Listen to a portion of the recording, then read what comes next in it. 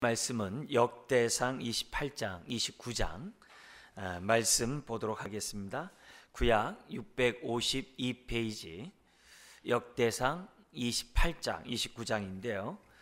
우리 먼저 우리 한 말씀을 우리 10절까지 교독하면서 다윗이 솔로몬에게 성전 건축을 어떻게 지시하는가를 우리 한번 살펴보도록 하겠습니다. 그러면서 다윗이 하는 그런 말을 통해서 우리가 하나님을 경외하고 하나님의 뜻을 이루기 원하는 우리들이 어떤 마음가짐을 가져야 되는지를 한번 좀 우리 엿보는 이 시간이 되었으면 좋겠습니다. 28장 1절 다윗이 이스라엘 모든 고관들 곧 각 지파의 어른과 왕을 섬기는 반장들과 천부장들과 백부장들과 및 왕과 왕자의 모든 소유와 가축의 감독과 내시와 장사와 모든 용사를 예루살렘으로 소집하고 이에 다윗 왕이 일어서서 이르되 나의 형제들 나의 백성들아 내 말을 들으라.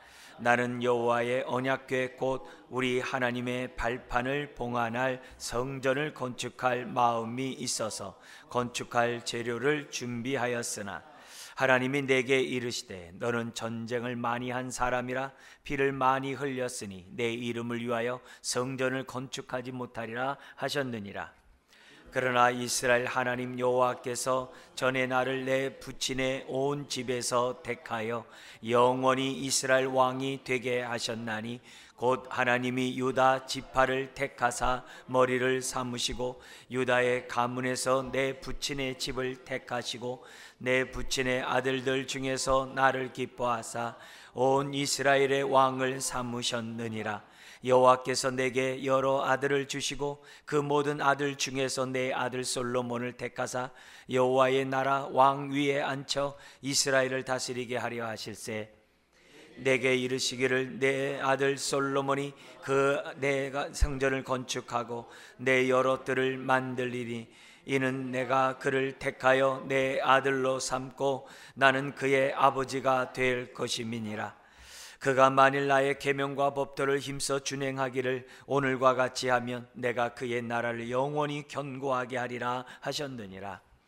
이제 너희는 온 이스라엘 곧 여호와의 회중이 보는 데에서와 우리 하나님이 들으시는 데에서 너희 하나님 여호와의 모든 계명을 구하여 지키기로 하라. 그리하면 너희가 이 아름다운 땅을 누리고 너희 후손에게 끼쳐 영원한 기업이 되게 하리라. 내 아들 솔로몬아, 너는 내 아버지의 하나님을 알고 온전한 마음과 기쁜 뜻으로 섬길지어다. 여호와께서는 모든 마음을 감찰하사 모든 의도를 아시나니 내가 만일 그를 찾으면 만날 것이요 만일 내가 그를 버리면 그가 너를 영원히 버리시리라. 그런즉 이제 너는 삼갈지어다. 여호와께서 너를 택하여 성전의 건물을 건축하게 하셨으니 힘써 행할지니라 하니라. 아멘. 28장 29절의 제목은 하나님을 위하여 사는 인생이 복이 있다라는 주제로 말씀을 나누겠는데요. 우리가 이제 신앙생활을 하다 보면 하나님이 나에게 관심 있을까? 하나님이 과연 나를 통해서 주의 뜻을 이루실까? 이렇게 의문점이 또 궁금할 때가 있죠. 그럴 때마다 오늘 이 본문의 말씀은 하나님 우리를 쓰신다는 거예요. 쓰실 때 먼저 우리 마음에 소망을 주세요. 그리고 소망을 주실 뿐만 아니라 그 소망을 이룰 수 있는 능력 또한 주시는 분임을 우리들에게 말씀하세요. 그래서 우리가 어떤 소망이 생겼을 때는 다윗처럼 때로는 철저하게 우리가 준비해야 될 때도 있고 솔로몬처럼 힘써 하나님의 뜻을 또 이루어야 할 때가 있는 것을 보게 됩니다. 그래서 저나 여러분들은 하나님이 우리를 쓰시기 위해서 부르셨고 또 쓰시는 인생이 복되다는 것을 오늘 우리가 이 말씀을 통해서 좀 생각했으면 좋겠고 또 그뿐만이 아니라 나도 하나님 앞에 뭔가 좀 드리고 싶은데 많은 걸 드리고 싶고 좋은 것 드리고 싶은데 드릴 게 없네. 또 마음뿐일 때가 많이 있잖아요. 그런 마음을 갖겼을 때 하나님은 어떠실까? 우리의 마음을 아신다는 거죠. 그래서 좋은 것을 우리가 드릴 수 있도록 하나님이 먼저 은혜를 주셔요. 하나님은 주시고 달라고 그러시지 없는 것 달라고 그러지 않으세요. 그 말씀을 오늘 우리가 본문을 통해서 배우면서 주신 것을 드릴 때는 자원함으로, 기쁨으로, 우리가 감사함으로 드릴 수 있는 저와 여러분들이 될 때 더 감사가 넘쳐난다는 거죠. 그뿐만이 아닙니다. 세 번째는 뭐냐면, 우리가 힘든 이 세상 살아가는데 하나님이 나를 구원한 것은 하나님의 아름다운 덕을 선전하라고 부르셨는데, 이 힘든 세상에서 나 하나님 드러내야 되는데 어떻게 해야 되는가? 어떻게 하면은 내가 이 살아가는 이곳에서 내가 하나님을 좀 보여주면서 살아갈 수 있는가? 하나님은 다윗을 통해 하나님을 드러내게 하셨던 것처럼 저와 여러분들은 어떻게 돼요? 하나님을 보여주는 사람이 얼마든지 될 수 있고, 또 우리가 마음 먹은 대로 얼마든지 도와줄 수 있다는 사실을, 그런 능력을 하나님이 주신다는 것을 우리가 오늘 본문을 통해서 생각하면서 무엇보다도 다윗처럼 하나님을 보여주는 인생이 됐으면 좋겠다, 이렇게 마음에 좀 결단하고, 또 나의 신앙을 주변 사람들에게 또 자녀들에게 알려주는 저와 여러분들이 했으면 좋겠다, 마음에 결단하고 기도하는 이 시간 되었으면 좋겠습니다. 먼저 28장에서는 성전 건축 동료가 나옵니다. 우리가 읽었던 1절 10절에 나와 있는 내용은 솔로몬 뿐만 아니라 뭔가 지도자들, 뭔가 이 정말 어떤 이 군인 중에서도, 군사 중에서 용사들, 뭔가 힘 있는 사람들 다 모아놓고, 예루살렘에 모아놓고 이제 다윗이 한 말씀을 하는 겁니다. 성전을 져야 된다. 이 동료를 사람들이 모아놓고 이제 하는 것을 보게 됩니다. 그러면서 2절 3절에 이렇게 얘기합니다. 1절에 소집한 다음에 2절 3절에 나는 성전을 짓기를 원했지만 하나님 못하게 하셨다. 왜냐? 내가 전쟁을 많이 했기 때문에 하나님이 나에게 허락하지 않았다. 이걸 통해서 우리 지난주에 뭐 배우셨죠? 내가 원한다고 그것을 다 하는 것이 아니라는 거죠.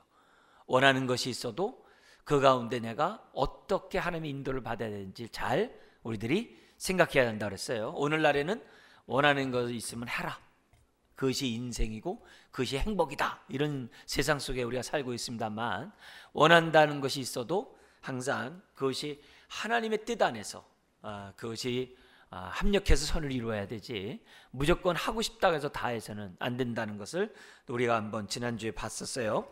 그러나 4절에 하나님이 나를 택하사 왕이 되게 하셨고 오늘날까지 오게 하셨는데, 이런 은혜가 내 아들 솔로몬에게도 그대로 이루어졌다.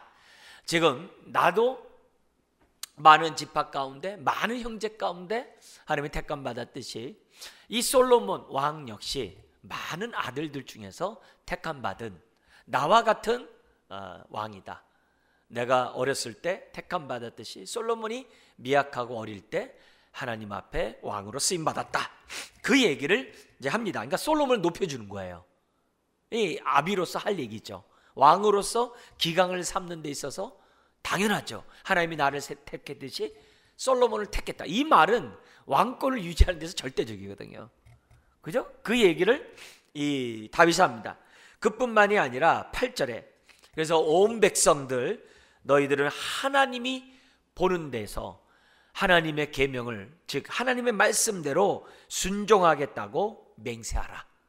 그러면 너와 내 후손이 이 땅에서, 아름다운 땅에서 누릴 뿐만이 아니라 후손이 이 땅을 영원히 누리게, 차지하게 될 것이다. 이런 얘기를 지금 해요. 이 얘기는 여호수아가 마지막 죽기 이전에 이스라엘 백성을 모아놓고 결단을 시켰던 내용과 똑같아요. 그러니까 유언과 같은 거죠. 나라의 부강은 우리들의 군사력이나 경제력에 있는 것이 아니라 하나님을 경외하고 하나님 말씀 가운데 사는 인생에게 있다. 이것을 이제 이 다윗이 백성들 앞에서 결단을 시킵니다. 그러면서 그 많은 사람이 보는 앞에 9절에 뭐라 그래요? 내 아들 솔로몬아. 딱 이렇게. 저도 유언할 때 이런 유언하고 했으면 좋겠어요. 또 은퇴할 때 여러분들 이거 이렇게 말하고 은퇴를 했으면 좋겠어요. 뭐냐면 너는 내 아버지의 하나님을 알고, 그냥 나의 하나님이 아니라 아버지의 하나님을 알고, 그 다음에 온전한 마음과 기쁜 뜻으로 섬길지니라.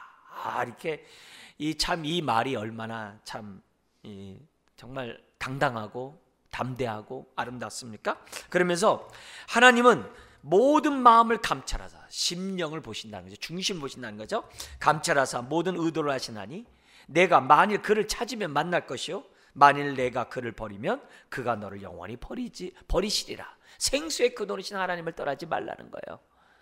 하나님을 떠나는 순간 우린 이미 경험했었잖아요.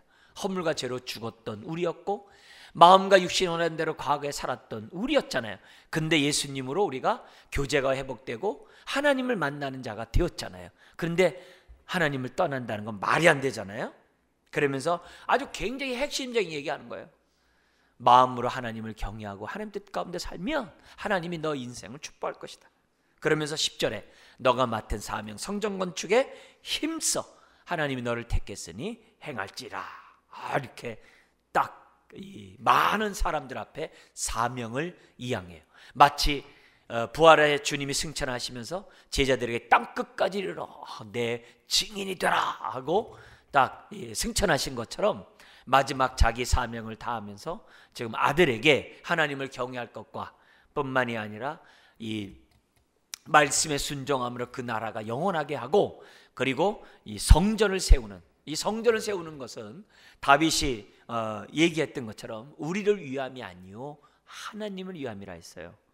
이게 이제 다음에 나오는데요. 이런 부분들은 저와 여러분들이 배워야 될 모습이에요. 자, 여기서 우리가 무엇보다 알아야 될 것은요, 하나님이 역사의 주체라는 사실을 잊어서는 안 돼요. 그래서 하나님은 택하실 자를 택하시고 파하실 자를 파시는 분이세요. 심지어는 성전 건축을 하는 데 있어서도 원하는 자로 하여금 짓게 하는 것이 아니라 택한 자를 통하여 건축하게 하셨어요. 솔로몬. 다윗이 아니라 솔로몬이 했어요.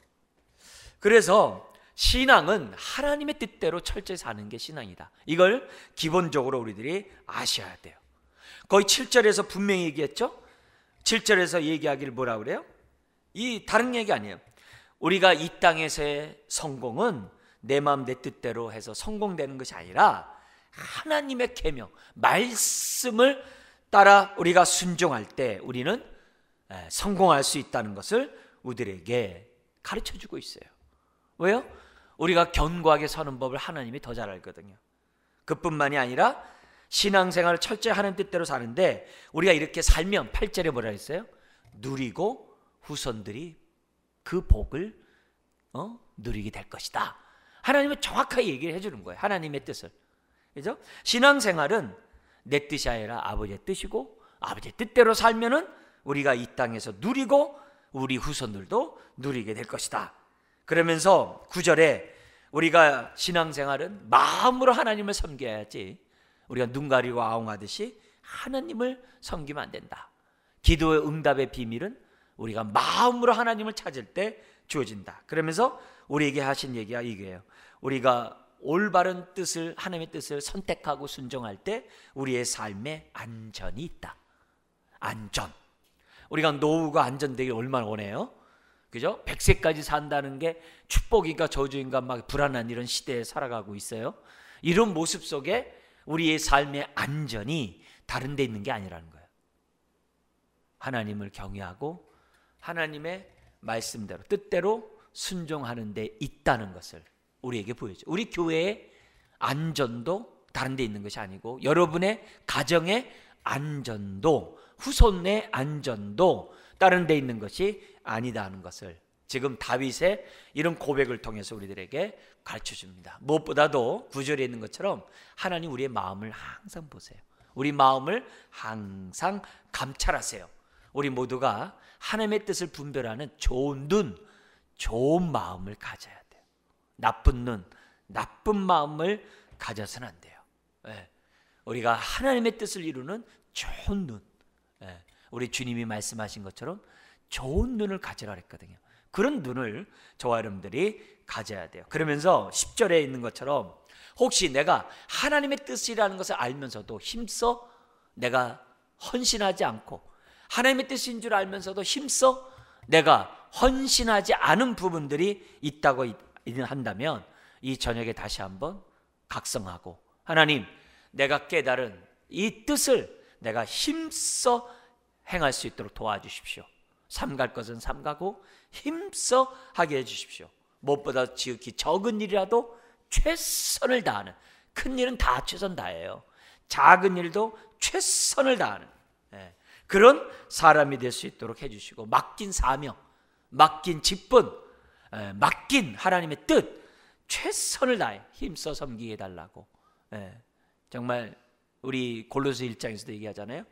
내 힘만이 아니라 성령의 능력 속에 힘써 행하는 이제 우리가 되게 달라고, 우리가 다윗의 모습을 한번 생각하게 됩니다. 자, 그러면서 11절 19절에 다윗은 성전과 그 기구들에 대해서 솔로몬에게 알려주는데요. 성전의 어떤 그 설계도뿐만 아니라 모든 기구에 대해서 알려주는데, 어떻게 알려주느냐, 이렇게 얘기하고 있습니다. 11절, 다윗이 성전의 복도와 그 집들과 그 곡간과 다락과 골방과 속죄소의 설계도를 그의 아들 솔로몬에게 주고, 이미 설계도가 다 있는 거예요. 성막과 달리 성전이에요. 성전은 엄청난 건물을 짓는 거예요. 성소와 지성소만 짓는 게 아니라 그 주변에 부속 건물까지 다 져야 되는 거예요. 엄청난 큰 공사인데 다윗이 뭐예요? 이미 설계도가 다 갖고 있어요. 근데 이것은 다윗이 모세의 장막 설계도를 갖고 있다는 것을 의미해요. 모세가 장막을 보고, 이거 설계도를 보고 하나님 보여준 그 설계도에 따라 장막을 졌잖아요. 그 설계도를 다윗이 지금 참고하고 있다는 것을 보여준 거예요. 그런데 그것만 있는 게 아니라 다윗은 기도를 해요. 기도를 했는데 그 증거가 12절에 나와요. 같이 한번 읽겠습니다. 또 그가 영감으로 받은 모든 것, 곧 여호와의 성전의 뜰과 사면의 모든 방과 하나님의 성전 곡간과 성물 곡간의 설계도를 주고, 설계도를 다 주는 거예요. 근데 그 설계도가 어디서예요? 그가 영감으로 받은, 영감이 뭐예요? 성령의 감동이거든요. 성령의 감동 어디서 와요? 기도할 때 오는 거죠. 그래서 모세의 장막을 보면서 하나님께 기도하는 거죠. 하나님, 내가 성전을 세울 것인데 나에게 지혜를 주세요. 그러니까 성령님이 뭘 주신 거예요? 영감을 주셔가지고 그 모든 것들을 했다는 거예요. 그러면서 19절 같이 한번 읽겠습니다. 다윗이 이르되 여호와의 손이 내게 임하여 이 모든 일의 설계를 그려 나에게 알려주셨느니라. 모세가 장막의 설계를 정말 하나님 보여주셔서 그렸던 것처럼 성전도 어떻게 돼요? 그냥 한 게 아니라는 거죠. 하나님의 영감으로, 하나님의 손이 내게 임함으로. 그죠? 그 손이 그 권능이에요. 하나님의 그 손이, 하나님의 권능이 자기에게 임함으로 이 설계를 나에게 어떻게 돼요? 그려 나에게 알려주셨네요. 그러니까 다윗이 얼마나 철저하게 준비를 했는지, 그러니까 뭐가 필요한지 아는 거예요. 금은이 얼마나 필요하고, 놋이 얼마나 필요하고, 그릇이 얼마나 필요하고, 문고리가 얼마나 필요하고, 방들이, 곡간이 얼마나 필요하고, 성가대가 얼마나 필요하고, 제사장 얼마나, 다 아는 거예요. 그냥 설계를 지금 하나님이 다 주셔가지고 그걸 우리가 지난주에 봤던 것처럼 준비하는 거죠. 자, 그러니까 여기서 우리가 알아야 될 것은 뭐냐면은, 하나님은 어떤 일을 하기 전에 반드시 미리 보여주시고 말한다는 거예요. 이걸 잊으면 안 돼요. 하나님은 먼저 행하실 것을 말씀하시고 이루세요. 내가 내 백성을, 아브라함이 그러죠, 4대가 지난 다음에 내가 다시 부를 것이다, 그렇게 말씀하고 이스라엘을 본토로 부르시는 거예요. 하나님이 유월절, 오순절, 초막절 왜 만들어 놨겠어요? 그렇게 구원의 역사를 이루겠다는 거 보여준 거거든요. 이 성전 짓는 것도 뭐예요? 하나님이 미리 보여주신 거예요. 그러니까 저와 여러분들은 하나님의 뜻을 기록한 성경을 항상 내 인생의 설계도로 참조하셔야 돼요. 할렐루야. 내 인생의 앞일을 하나님 뭐예요? 성경을 통해 알려주신 거예요.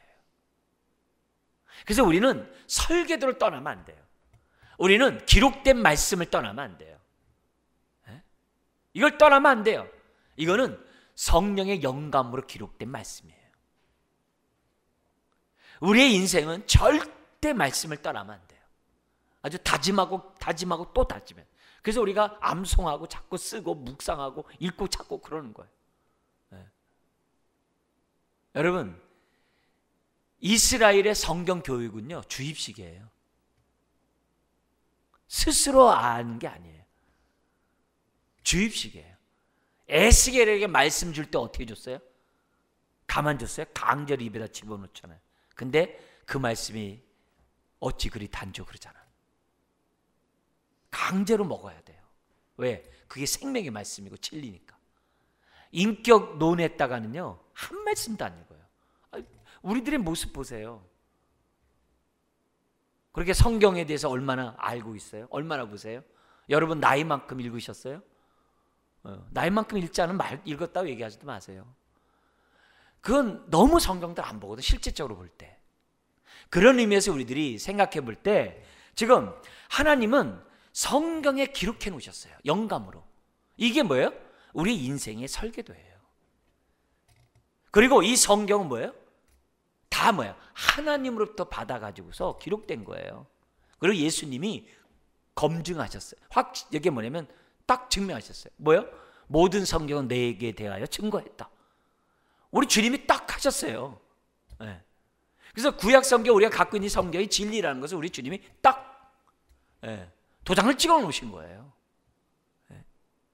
그리고 이 모든 성경 내가 했기 때문에 우리는 뭐예요? 창세기부터 말라기를 보면서 예수님이 살아 운동적인 걸 보는 거예요. 예수님의 눈으로 성경을 보면 이해가 되는 거예요. 그런데 성경에 기록된 것만 있는 것이 아니라 지금 뭐예요? 다윗처럼 자기가 필요한 부분을 하나님께 기도했더니 하나님이 영감을 줘서 인도하셨다는 거예요. 그게 우리가 기도하는 이유예요. 그러면 말씀을 통해서 우리가 뭐예요? 이 응답을 내가 분별할 수 있는 거예요. 왜? 말씀과 상충되면 안 되거든요. 오늘 우리들의 삶 속에 뭐냐면 예를 들어서 이런 거 있잖아요. 너는 누구랑 결혼하고 넌 어디 가서 살고 넌 뭐 해라, 그렇게 얘기 안 하잖아요. 그렇지만 어떻게 돼요? 성경을 근거로 놓고 하나님께 기도하다 보면은 하나님이 나에게 깨닫게 하시거든요. 보여주시거든요. 여호와의 손이 우리와 함께 하시는 것을 우리들에게 보여주고 있는 거예요. 그래서 성경을 통해서 내가 잘 살고 있는지, 그리고 기도하면서 하나님의 손이 나에게 임하도록 계속 기도를 해야 돼요. 우리 지금 그래서 우리가 오늘 하루를 살아가면서도 기록된 말씀을 기본으로 하나님께 기도를 하면 하나님의 영감이 내 삶 속에 함께 하시는 거예요. 그래서 우리는 배우고 확실한 일에 거할 뿐만이 아니라 기도함으로 어떻게 돼요? 인도를 받아야 돼요. 우리 하나님의 기도함으로 영감을 받고 하나님의 손을 경험한 많은 그 과학자들이 있어요. 하나님을 경외하는 과학자들이 있어요. 거기에 대한 이제 자료들을 이렇게 막 찾아보면서 했는데 정말 수십 명이, 우리가 잘 아는 유명한 과학자들의 그 수십 명의 신앙 고백을 보면 다윗의 이 말씀이 맞다는 걸 알아요.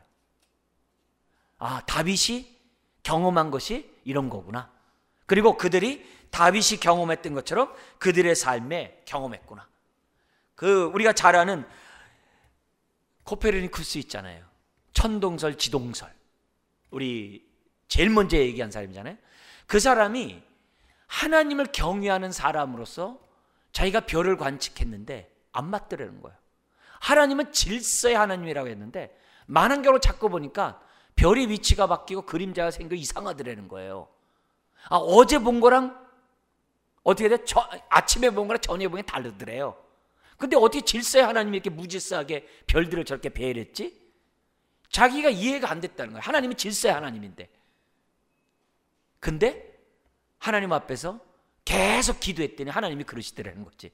제가 쉽게 우리말 표현하면 태양이 지구를 중심으로 도는 게 아니라 지구가 태양을 중심으로 도느니라 하면서 했잖아요. 이 사람이 지구가 자전한다는 걸 발견한 사람이에요. 기도하는 가운데. 그게 고백이 그렇게 돼 있어요. 자전하기 때문에 별의 위치가 아침과 저녁에 보는 게 다르고 밤에 보는 게 다르다는 거예요. 초저녁과 새벽에 보는 게 다르다는 것을 갖다가 이 사람이 발견했다는 거예요. 심지어는 우리가 얘기하는 부분이 뭐냐면 갈릴레오도 그 유명한 이 과학자거든요. 그 사람이 뭐라 그러냐면 하나님은 우리에게 두 권의 책을 줬대. 하나는 성경이고 하나는 자연을 주셨대. 지금 과학자가 하는 얘기예요. 그러면서 이 둘은 절대 모순되지 않고 오류가 있다면 해석하는 사람이 오류가 있을 뿐이다. 이렇게 했던 사람이 하는 사람이에요. 심지어는 뭐냐면 이 케플러라고 굉장히 유명한 과학자예요. 오늘날 그 법에 따라서 우리가 지금 법칙에 따라 사는데 그 사람이 뭐라냐면 나는 자연을 연구하는 하나님의 제사장이다. 이렇게 했던 사람이에요.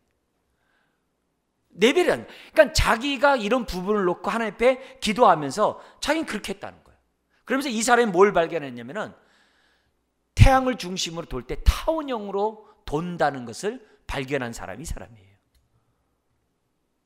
타원형으로. 이 모든 사람이 다른 게 아니라 하나님께서 자기에게 뭐예요? 이것을 하나님이 해놓은 것을 보게 하셨다라고 기도하면서 지금 고백했던 그런 사람이거든요. 심지어 여러분 잘 아는 만유인력법칙 했던 뉴턴 있잖아요. 그 사람이 뭐라냐면 얼마나 많은 과학적인 걸 발견한지 몰라요. 그 사람이 뭐냐면 이렇게 얘기를 해요. 나는 진리의 바닷가에서 나는 남들보다 좀 더 둥근 조약돌을 찾았거나 더 예쁜 조개를 주었다고 좋아하는 작은 소년에 불과하다. 하나님의 알게에서 그만큼 발견해가지고 좋아한다라고 얘기하는 거예요. 그러면서 하나님 앞에 기도하면 무궁무진한 하나님의 진리를 우리는 얻게 될 것이다. 우리가 잘 알고 있는 그런 과학자들이 이런 얘기들을 하고 있는 것을 봐요. 그러니까 성경에 이렇게 보면은 얼마나 많은 사람이죠. 여러분 저기 파브르 곤충 아시죠? 그 기 써놓은 사람이에요. 그 사람이 무슨 말이냐면 이런 얘기예요. 나는 하나님이 없었다면 어떤 것도 이해할 수가 없었습니다. 세상에 무신론자보다 광신자는 없습니다.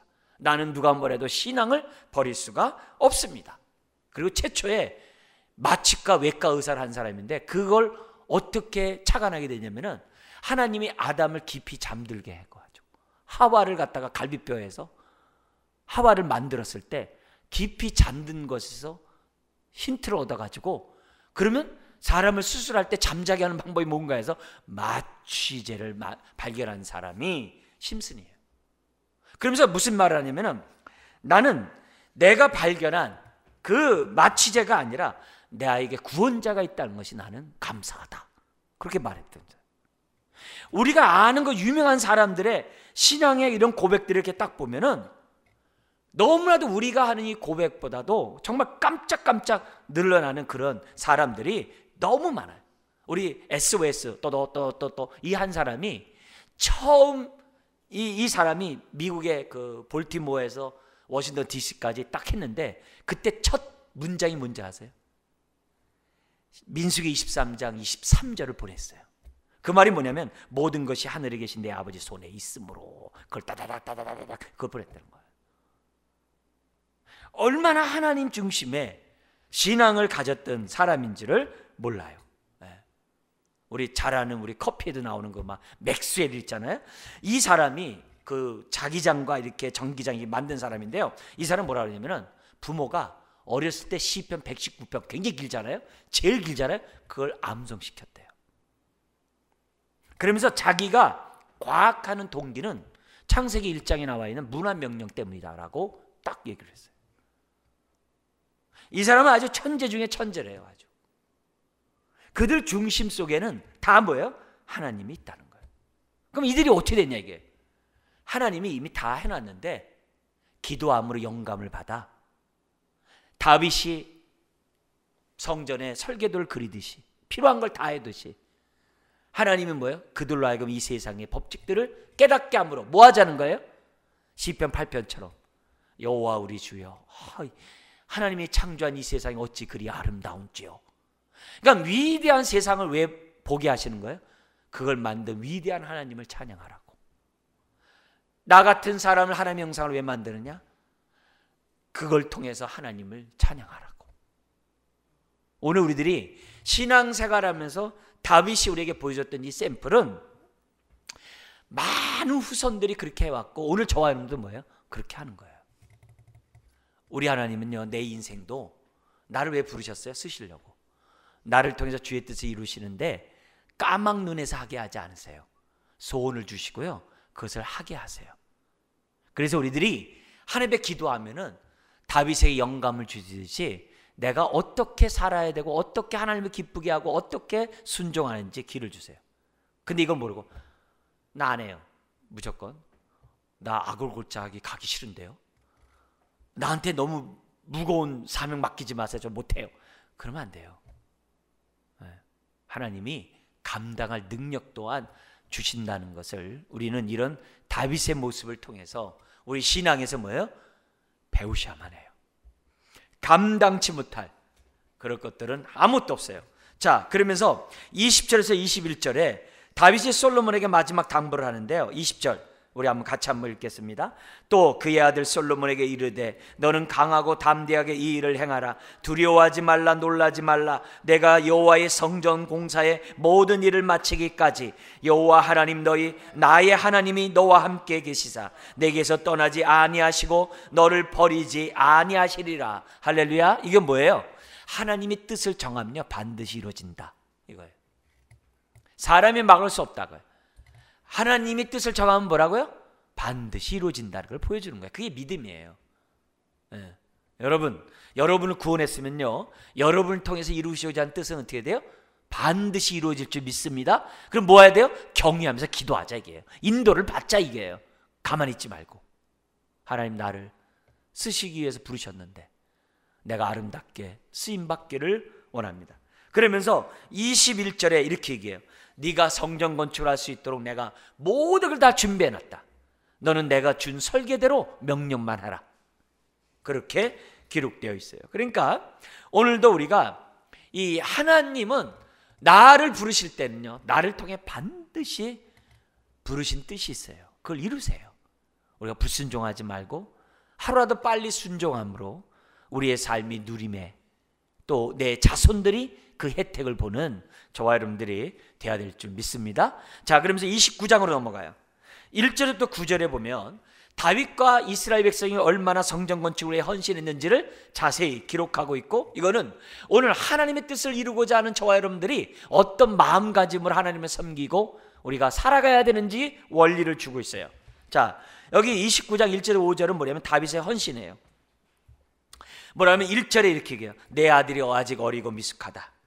그러나 이것은 사람을 위한 것이 아니라 하나님을 위한 거다라고 동기부여를 정확히 해요. 자, 29장 1절 읽겠습니다. 다윗 왕이 온 회중에게 이르되 내 아들 솔로몬이 유일하게 하나님께서 택하신 바 되었으나 아직 어리고 미숙하여 이 공사는 거도다. 이 성전은 사람을 위한 것이 아니요 여호와 하나님을 위한 것이나. 여러분, 여러분의 봉사가, 여러분의 헌신이 사람을 위한 겁니까? 하나님을 위한 것인 줄 믿습니다. 여러분들이 이 예배를 드리는 것이 여러분을 위한 거예요? 아니에요. 사람을 위한 거예요? 아니에요. 하나님을 위한 거예요. 항상 우리의 사역의 동기는 하나님을 위해야 돼요.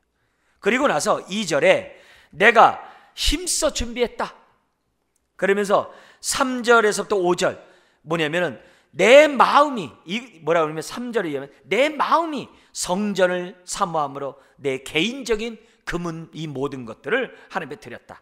그것도 5절 하반절에 이렇게 얘기합니다.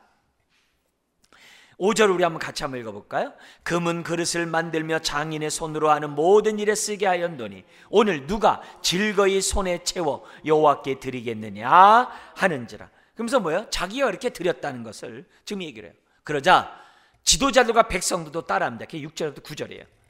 6절 7절에서도 뭐냐면 지도자들도 어떻게 돼요? 6절에 다 즐거이 드렸다 그래요. 그죠? 즐거이 드렸다. 아주 더 힘써 드렸다. 그리고 8절에 보석 같은 것은 별도로 특별하게 구별해서 보관했던 것을 보여주고요. 그리고 백성들이 9절에 나오는데 같이 한번 읽겠습니다. 백성들은 자원하여 드렸으므로 기뻐하였으니 곧 그들이 성심으로 여호와께 자원하여 드렸으므로 다윗 왕도 심히 기뻐하니라. 여러분들이 하나님 앞에 내 시간을 드리고 내 재능을 드리고 내 능력을 드리고 내 물질을 하나님 앞에 드릴 때 아까우세요? 여러분, 즐거이 드릴 수 있는 것이 그게 정상인 거죠. 그게 신앙이죠. 자, 여기서 헌물에 대한 기본 태도가 나와요. 다시 한번 보세요. 성경에 1절 헌물은요, 우리의 헌신은요, 헌물이나 헌신이나 우리의 삶을 드리는 거는요, 첫째는 사람이 아니라 하나님께 드려야 한다는 것을 딱 봐야 돼요. 하나님을 바라보면서 우리가 헌신해야 돼요. 첫째가. 두 번째는 1절에 여전히 나오는데 공동체 전체가 드려야 되지만은 무엇보다 지도자가 모범이 돼야 돼.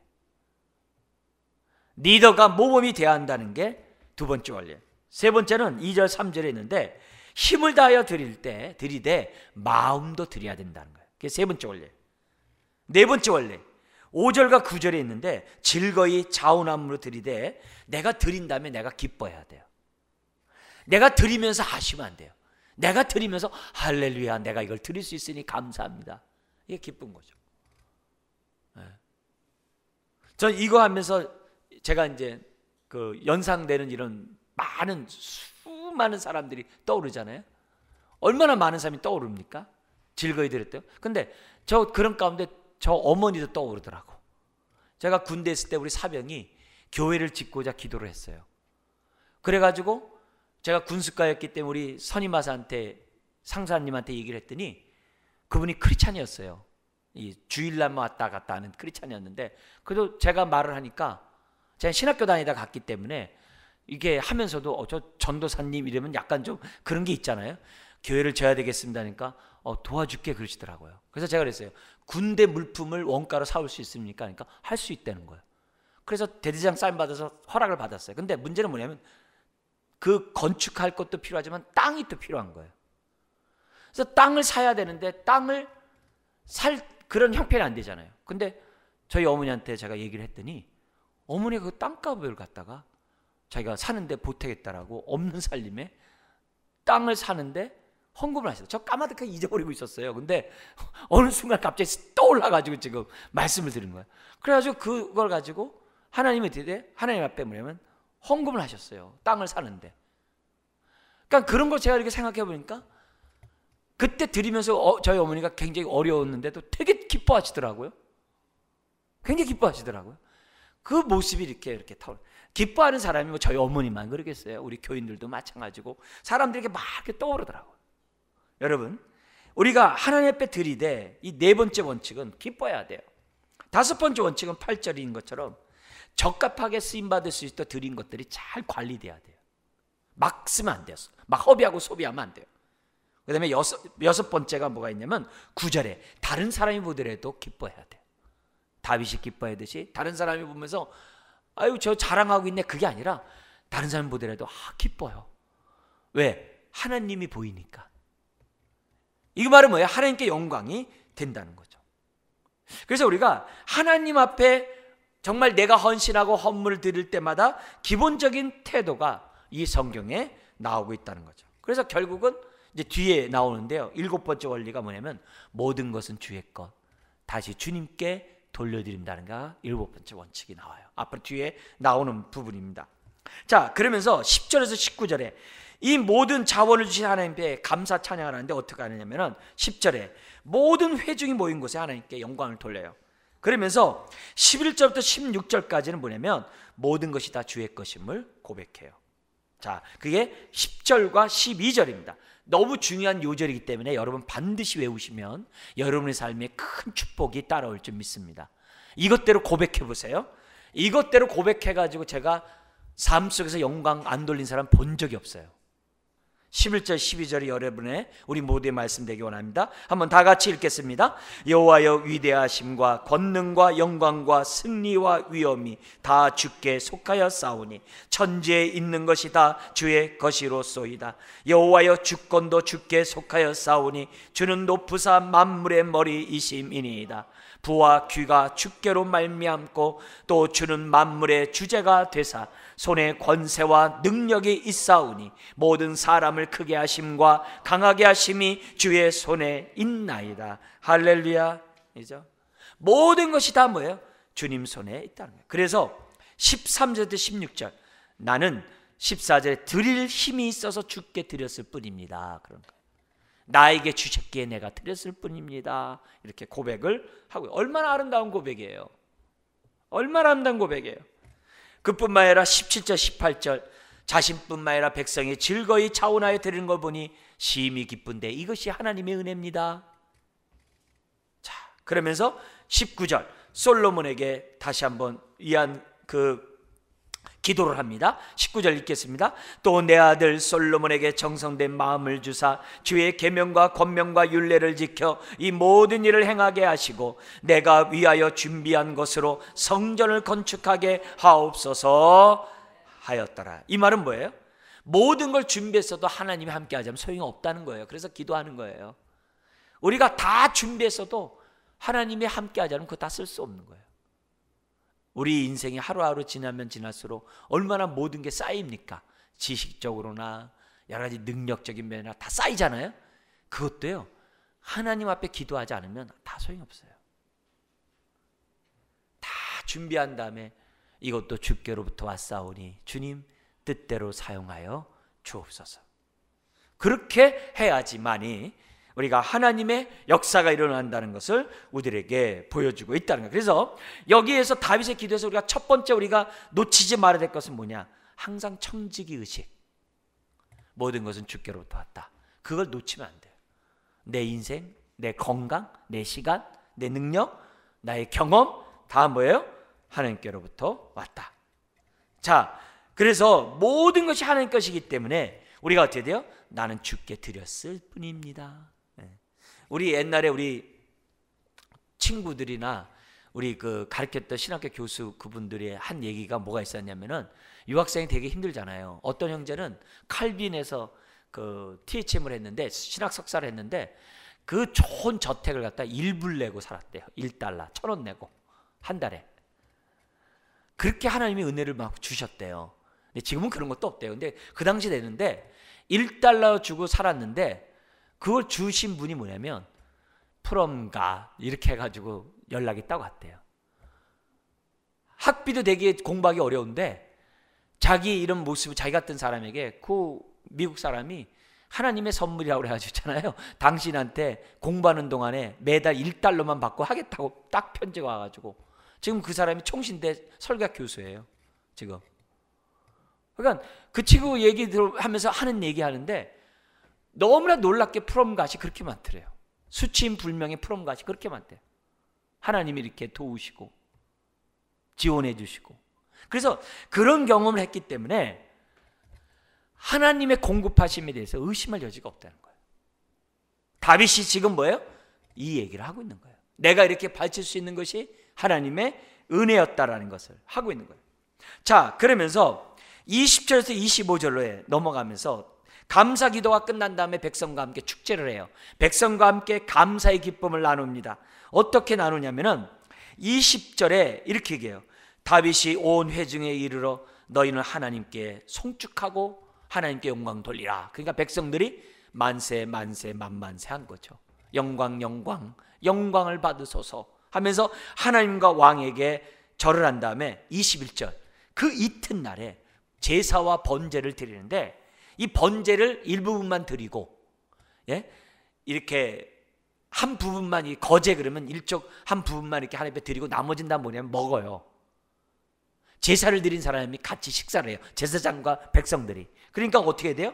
숫송아지 1,000마리, 수양 1,000마리, 양 1,000마리 잡은 거죠. 그러면서 어떻게 돼요? 축제를 갖다가 하고 백성들이 22절에 크게 기뻐하며 먹고 마시며 하나님께 영광을 돌렸다라고 얘기를 해요. 그래서 저는 이런 거 이렇게 보면은 우리 교회에서 뭐 할 때 참 맛있게 잘 먹으면 참 좋을 것 같아요. 예, 특별히 이렇게 교회 명절 같은 뭐 부활절, 추수감사절, 크리스마스 이러면요 좀 잘 먹었으면 좋겠어요. 그냥 많이들 먹었으면 좋겠어요. 교회 매주 여러분들에게 축복이 있어가지고 매주 떡들 돌렸으면 좋겠어요. 이런 것들 그래서 뭐 좋은 일이 많아가지고 이게 막 그냥 줄줄이 서가지고 막 잔치하면서 즐거우면 얼마나 좋겠어요. 왜요? 하나님의 은혜니까. 하나님의 은혜니까. 그러면서 22절 하반절에 뭐냐면 솔로몬과 그 대제사장 사독에게 다시 기름을 부으면서 그들의 위상을 다시 세워줍니다.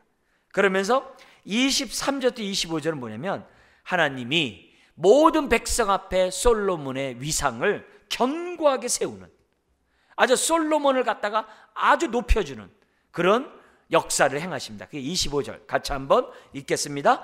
여호와께서 솔로몬을 모든 이스라엘의 목전에서 심히 크게 하시고 또 왕의 위엄을 그에게 주사 그 전 이스라엘 모든 왕보다 뛰어나게 하셨더라. 할렐루야. 여러분, 솔로몬이 지혜롭기 때문에 위상이 있는 거예요? 하나님이 그에게 복을 주셨기 때문에 위상이 있는 거예요? 하나님이 주신 거라요. 아까 우리 읽었잖아요.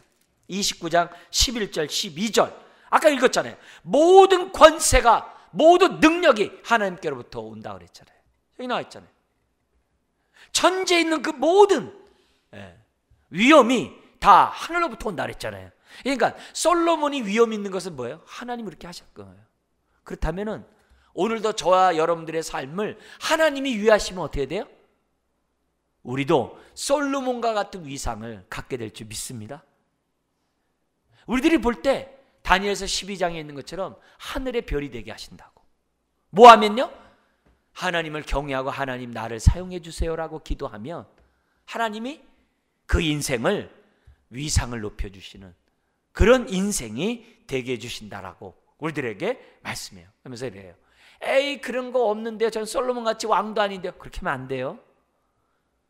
5달란트 받은 사람도 있고 솔로몬같이 2달란트 받은 사람도 있어요. 그러나 반면에 뭐예요? 1달란트 받은 사람도 있어요.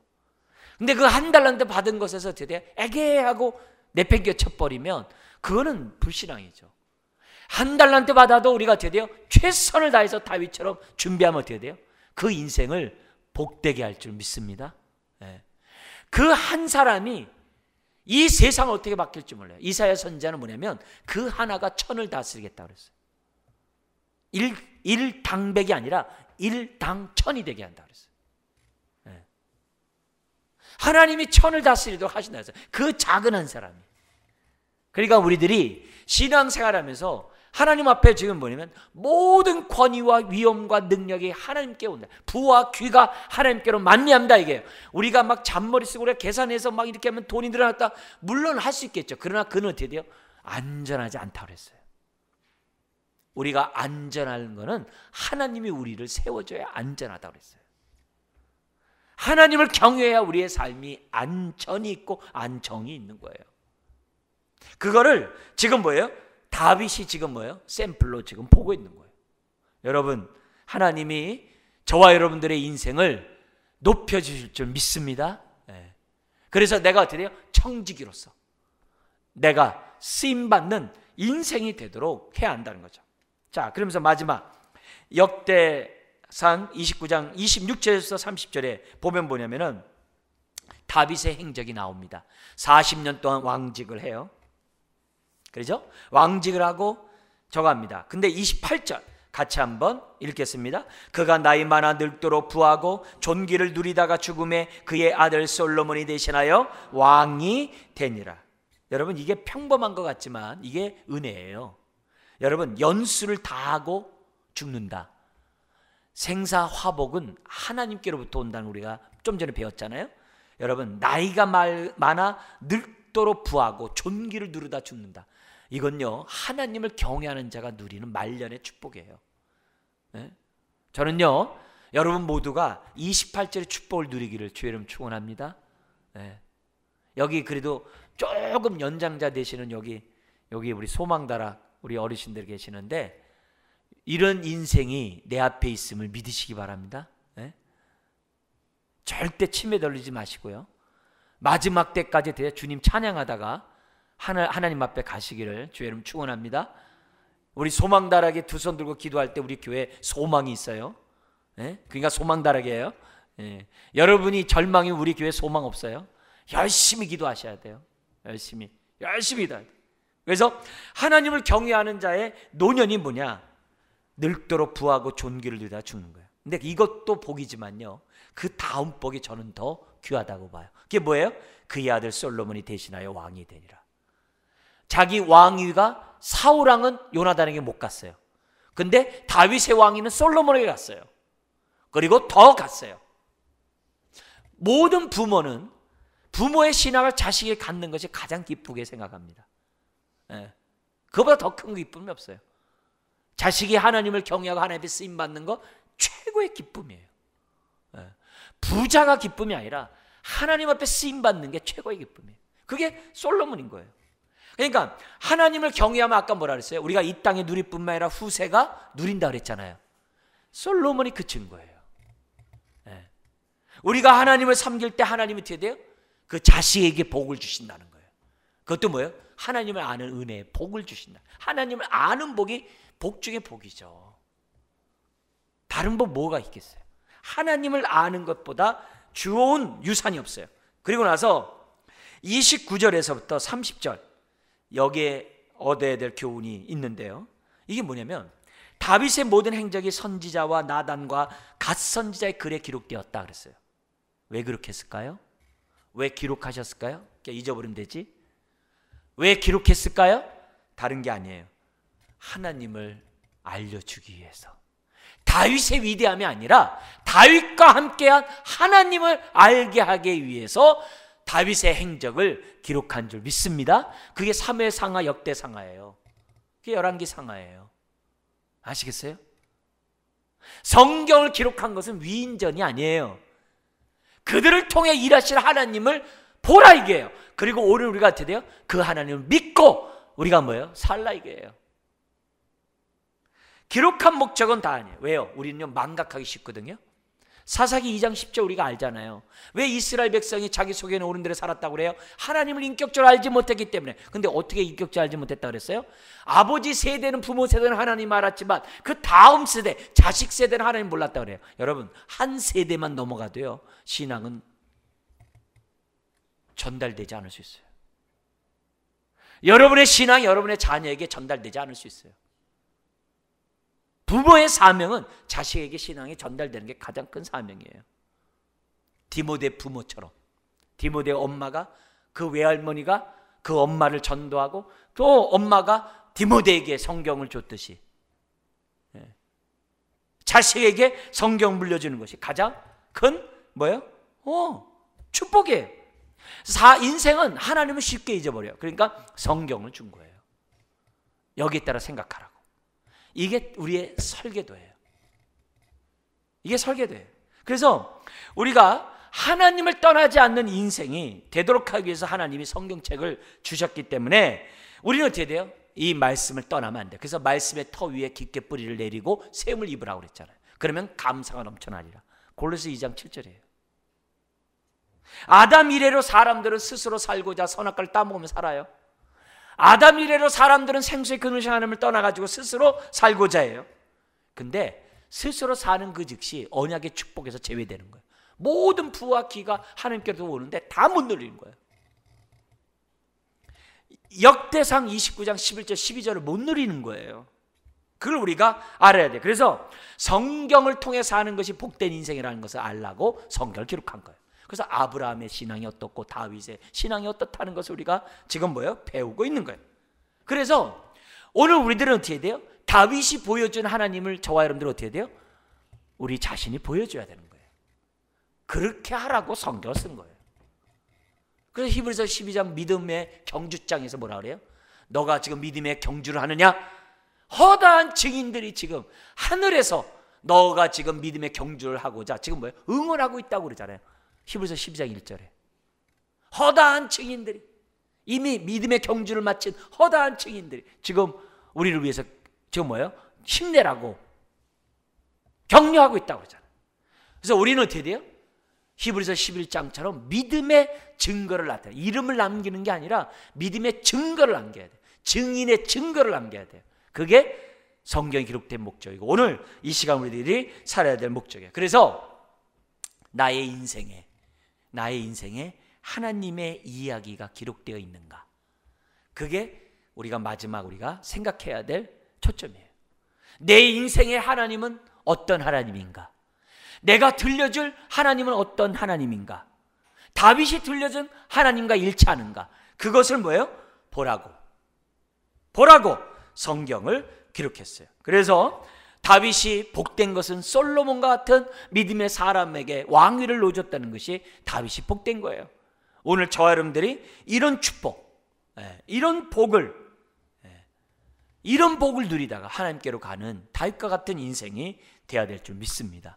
디모데후서 2장 2절 우리가 충성된 자에게 우리가 우리가 받은 이 복음을 전하자. 그러면 그가 또 다른 충성된 자에게 말씀을 전하리라. 그래서 우리가 그 바울이 디모데에게 준 그것이 오늘 우리들에게까지 온 거예요. 그리고 우리들은 누구예요? 자녀들에게 주는 거예요. 자녀들 주는 거예요. 오늘 이 말씀이, 오늘 이 저녁에 들었던 이 말씀은 정말 기억을 오랫동안 하시고 일생 이 말씀대로 살아가심으로 정말 하나님으로부터 오시는 이런 복. 그래서 우리 아까 제일 처음에 내가 나를 쓰이고자 나를 부르셨으니 우리가 자운함으로 내 삶을 드림으로 쓰임받는 자가 복되다 그랬어요. 그리고 그것을 쓰임을 받을 수 있는 능력을 하나님이 다 주시고 하나님이 우리에게 받으신다고 했어요. 이런 것들을 우리들이 생각하고 우리 이 험난한 이 인생 스스로 살지 말고 설계도인 성경에 따라 살다가 다윗처럼 기도함으로 매 순간 인도함을, 응답을 받는 저와 여러분 되시길 주의 이름 축원합니다. 기도하겠습니다.